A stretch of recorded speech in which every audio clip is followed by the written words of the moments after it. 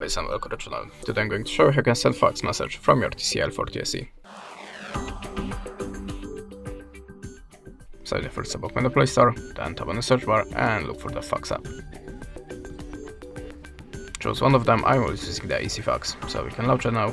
Allow permissions and click on the plus to choose source of your document. I'm gonna pick something from my gallery, like this one or maybe this one, and click import. Now you can add this shape to your document, and if you're ready, click accept. Then choose the filter for a photo to make it more visible for a receiver, and click accept. Now type the number in this place, select country from the list, and if you want to add more documents, click on the plus and do it like before. If you want to send these documents, click get free credits or just buy it and click on this button. And that's it. Thanks for watching, leave us a subscribe or a comment, and goodbye.